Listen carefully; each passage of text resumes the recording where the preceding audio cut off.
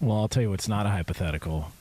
The Summer of Tire Rack sweepstakes. Be sure to enter, and congratulations to Anthony K. from Huntingburg, Indiana, who was our first winner to receive a set of 4 brand new tires. Now it's your turn to win. Our next winner will be selected this Sunday, and then our third winner will be picked on August 27th. So Anthony from Indiana and 2 more winners will have the opportunity to win a set of 4 tires plus installation, taxes, and fees. Check this out. Valued at up to $1,500 thanks to Tire Rack. Enter daily to continue getting new entries into the contest every day at foxsportsradio.com. Again, to enter and get rules, visit foxsportsradio.com. Sponsored by TireRack.com, the way tire buying should be. College football is right around the corner. And, oh, look at that. More players being charged in the Iowa State gambling investigation. What do you know? And this time, we've got multiple starters. We've got multiple players betting on games they participated in. Against their team? Yes, you got one guy that had so little faith in his team that he bet on Texas on the money line, and Texas got blown out. And he was a participant. I thought he took the spread on that one. I thought he was taking Texas plus 6.5. I thought it was the money line, but again, either way, you bet against the team you play for in a game you played in, and you lost. Yeah. So that feels like it should be double the punishment. They won. He lost the bet. Yeah. All right. Iowa State was a 6.5-point favorite versus Texas, and they ended up winning 30-7 in this case. This player did have a tackle in the game. However, he lost the bet. My understanding was he took Texas in the points, which I don't want to get into semantics. You bet against your team. If it's money line, it's incredibly damning. If it's points, it's like, well, Iowa State could have won. He just thought it was going to be a closer game, even though he was playing in it. So maybe during his time when he was researching his opponents and what they were going up against, he was like, "Oh man, this is going to be a tight game. I think we're going to win, but we probably won't win by over 6.5." So if we were goofing about, okay, well, one of the players involved was a kicker for Iowa. He was a backup kicker. He didn't really have any impact on the game. No. Dude, just insider knowledge. These are like Iowa State starting running back Jarrell Brock. He's involved. You got other players who have been starters. They're involved. Like you've got like this one's bad, man. This is not goof around because Calvin Ridley bet on some 17 parlays. This is bad. This is on your team, impacting your team. You got players that have transferred elsewhere. You got a guy that's in the NFL for the Broncos now who was involved in this. This is the worst one that we've seen flare up when it comes to gambling, especially in the world of football. This is the worst one so far. It's upsetting in a multitude of ways. I mean, the first being the fact that, you know, when you have a player that bets against his own team, it really makes you, you know, look at what's his prerogative. Like, it's like, seriously, like, why is he there? Is he there to help them win games, help them win, you know, maybe in this case, if it's Iowa State, a Big 12 championship, if it's Iowa, a Big 10 championship. But like, why is he there? Is it just to try to make money and get to the NFL if he can through NIL? Does he care about the educational component? Does he care about his reputation? There's so many questions I have because I think what you're seeing, at least in respect to the gambling world and how it's, at least with these stories, has impacted football players at Iowa State, is I feel like if they don't feel like they have a shot of winning anything, they're like, all right, I'm just going to try to make whatever money I can with the advantage that I have playing. So I'm able to see what's going to happen. I can lay some bets, hopefully make some money, have an edge on the market, and then move on if no one catches me to the NFL or the rest of my life. Because they don't have that greater thing that they're chasing and trying to go after. And the irony to saying that is we had Iowa playing in the Big Ten championship game last year. Like, it wasn't like they didn't have the opportunity to do something significant. Michigan didn't beat Iowa last year? It was 2 years ago? It was last year's Purdue losing to Michigan 2 years ago. That's right. Yeah. It's 2 years ago. 2 years ago. You're right. But they still had a chance at the end of the season, didn't they? Yes. Yeah. If they had not lost to Nebraska at home, they would have been the West champs. So, like, I still don't really understand why all this is going on. It's not like, Iowa in this case wasn't competitive. Even Iowa State in some instances has been competitive where they might have been able to have a shot.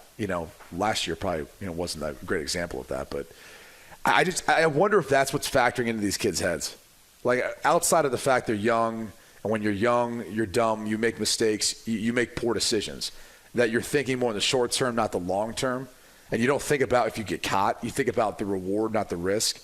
That tends to be young people. The older you get, the more you think about risk. In anything you do, whether it's before you become a parent, when you become a parent, you start to measure things differently where you're much more risk adverse. When you're young, like you don't think about the stupid stuff you could do and the repercussions for it.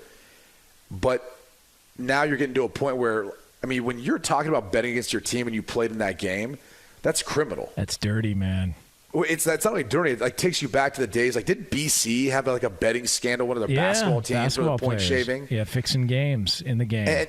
And again, you go back to teams that aren't necessarily going to be relevant in the grand scheme of winning a national championship because the odds are, and the risk is too high. And I think those kids, they're not focused on that anyway.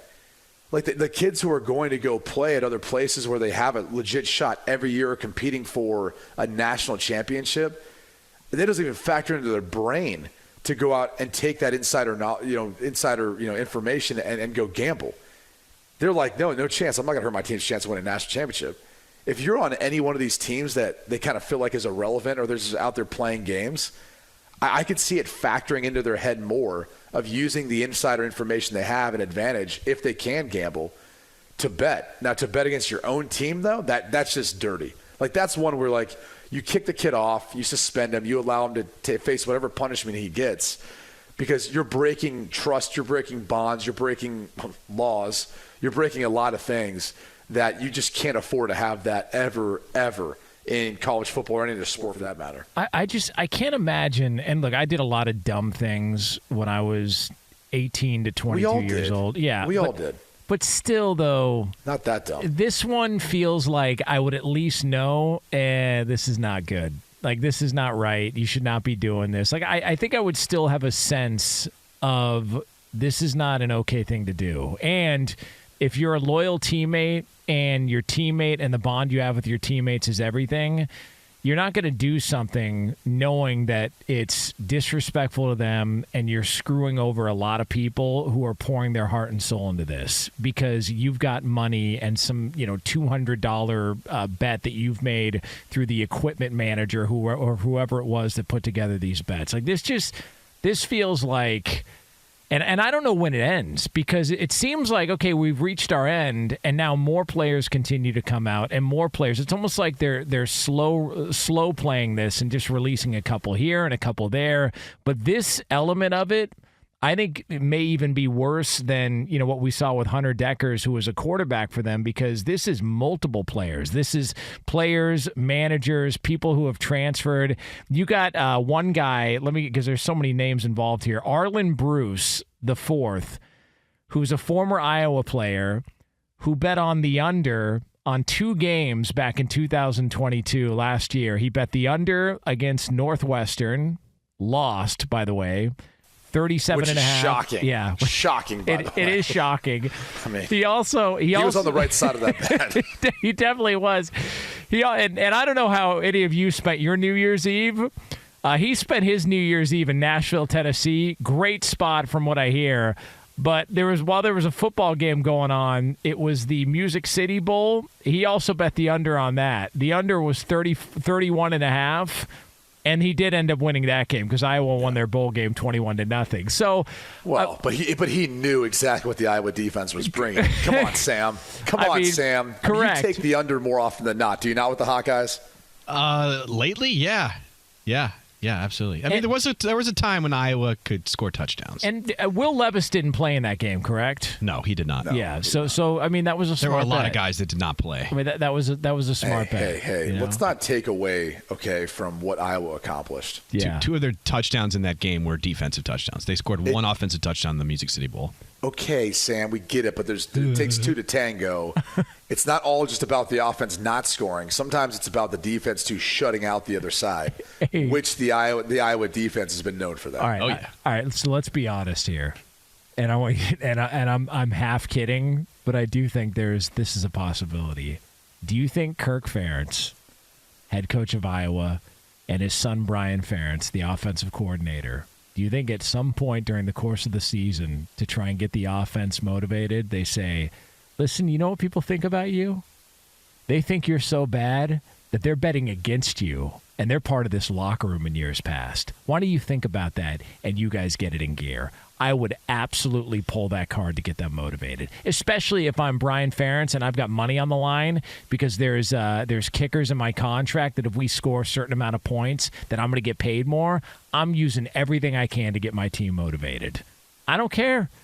This is all above board. The investigation has been gone through. We know we had a bunch of scumbags in our locker room. Let's start airing people out for being degenerate gamblers and use it in a positive way to get our offense in gear. That's the move.